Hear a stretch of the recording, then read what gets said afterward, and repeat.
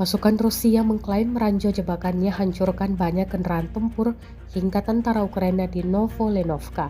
Bahkan mereka mengklaim kini membebaskan wilayah tersebut. Rekamannya diunggah di Telegram pada Minggu 5 Januari 2025. Dalam keterangan unggahan disebutkan, inilah salah satu cuplikan pembebasan Novolenovka di Donetsk. Ranjau yang sudah dipasang sebelumnya di jalan-jalan Novolenovka di Donetsk membantu pasukan Rusia menghancurkan peralatan Ukraina dan tentara Kiev yang mencoba melarikan diri. Di akhir rekaman, mereka tampak mengibarkan bendera Rusia.